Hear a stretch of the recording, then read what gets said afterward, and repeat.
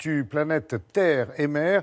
Rappelez-vous, il y a quelques mois, nous avions suivi à l'autre bout du monde le catamaran solaire de Race for Water, la fondation dédiée à la préservation de l'eau et des océans, avec à bord son parrain et ambassadeur Éric Loiseau. Aujourd'hui, cette fondation a mis au point une solution pour lutter contre ces déchets plastiques qui polluent, qui envahissent nos océans. Et pour en parler, nous retrouvons justement Éric Loiseau, mais cette fois-ci en Normandie.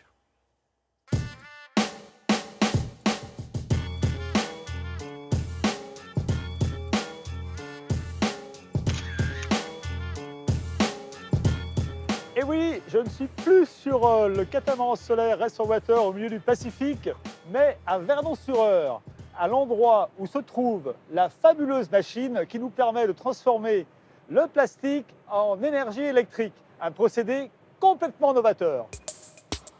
Olivier, Enchanté. Marco, je suis content de te revoir. Ben, pareil, comment ouais. tu vas? C'est à peu près un camion poubelle de plastique chaque minute qui finit dans nos océans. Derrière moi, vous avez vraiment une solution qui est extrêmement pragmatique, extrêmement pertinente pour pouvoir stopper cette terrible hémorragie des plastiques. Donc il faut absolument donner une valeur économique au plastique de manière à ce qu'il puisse être ramassé, récolté et transformé en énergie. Donc ici, l'objectif, c'est de transformer des plastiques non recyclables en énergie électrique. Il y a un mélange de différents types de plastiques qui peuvent provenir de flacons, de conteneurs, de bouteilles de shampoing et de bouteilles d'eau, par exemple.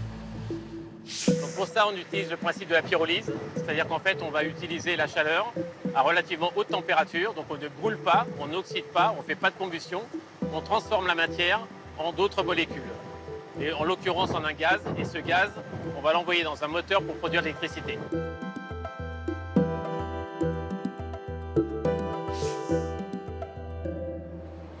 Donc là, on est au cœur du système. Là, on est au cœur du système.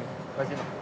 Pour te donner un ordre de grandeur, 1 kg de plastique a la même valeur calorifique qu'un kilo de fuel. Ah, ça c'est complètement incroyable. C'est énorme. C'est pour ça qu'on profite de ce matériau qui est un déchet comme un vecteur de potentiel de combustible ou de carburant. Et donc, on a un gaz qui est extrêmement riche. Ça traite à peu près 200 kg de plastique à l'heure, ça donne du travail à peu près 200 collecteurs de rue et ça transforme en électricité à peu près pour, on va dire, entre 1000 et 3000 foyers. L'objectif, c'est vraiment un déploiement à grande échelle pour des quartiers de grandes villes.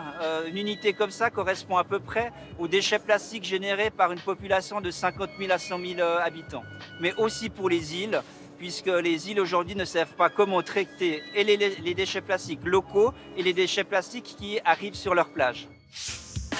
L'île de Pâques, qu'on a pu visiter récemment avec l'Odyssée, a un énorme souci, comme la plupart des îles. Donc cette unité va permettre de gérer la totalité des plastiques générés par les Rapa Nui, par les 120 000 touristes qui viennent chaque année sur l'île, plus les 50 tonnes de plastique qui échouent chaque année sur les plages de l'île de Rapa Nui.